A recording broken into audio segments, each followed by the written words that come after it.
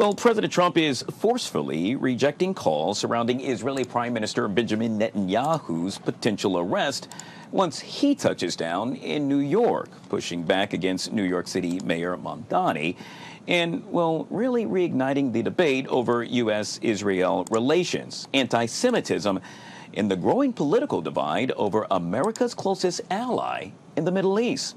Joining us now to discuss that and so much more is Dr. Carol Lieberman. She is a board-certified psychiatrist whose education, training, and extensive experience as a forensic psychiatrist expert witness, well, it really sets her apart from everyone else. Dr. Lieberman, always good to see you. Welcome back to the show.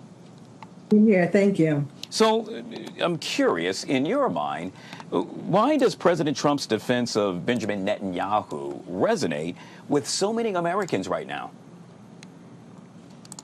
Well, first of all, Mamdani, when he made this, dramatic statement that he will arrest Netanyahu if he sets foot in New York, and because it's been anticipated that in September he usually comes for the UN General Meeting, that was fulfilling a campaign promise. That was one of his big statements, that he was going to do this, arrest Netanyahu, and it was also. It was also a cry. It was also really a dog whistle to the people in New York. He is so incredibly not only anti-Israel, but anti-Semitic.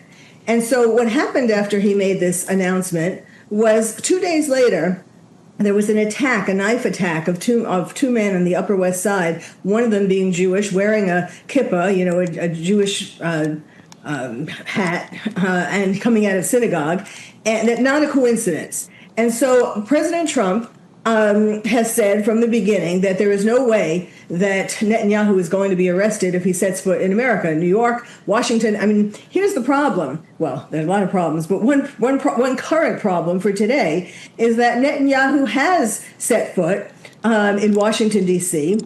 for Lindsey Graham's funeral.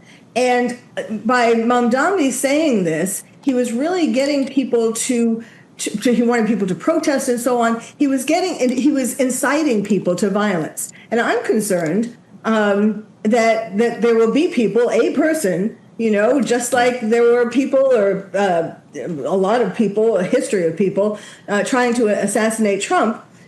It is certainly possible, and certainly if Mamdani's call has its effect like it did in New York, he's in danger. Netanyahu is in danger in Washington, D.C. as well. Yeah, President Trump, the administration rather, releasing a statement stating that security has been beefed up because of the arrival of Israeli Prime Minister Benjamin Netanyahu.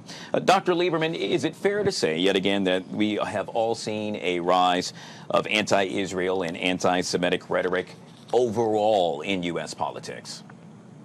Absolutely. And it's really disingenuous. People who say they're anti-Israel, anti-Zionist, anti-people who really are passionate about Israel, that's really just a cover-up. That's a euphemistic way of saying that they're anti-Semitic.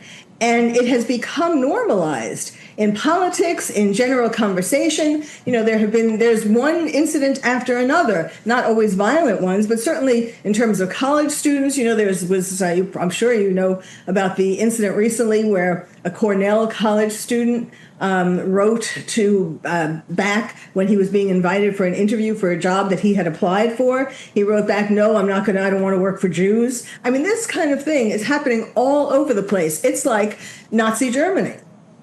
Something we will definitely have to keep a very close eye on, and that's why we wanted to provide a platform for you to do just that, and that is spread more awareness. We have been speaking with Dr. Carol Lieberman, kind enough to join us on the Live Zone. Truly appreciate your expertise. Thank you.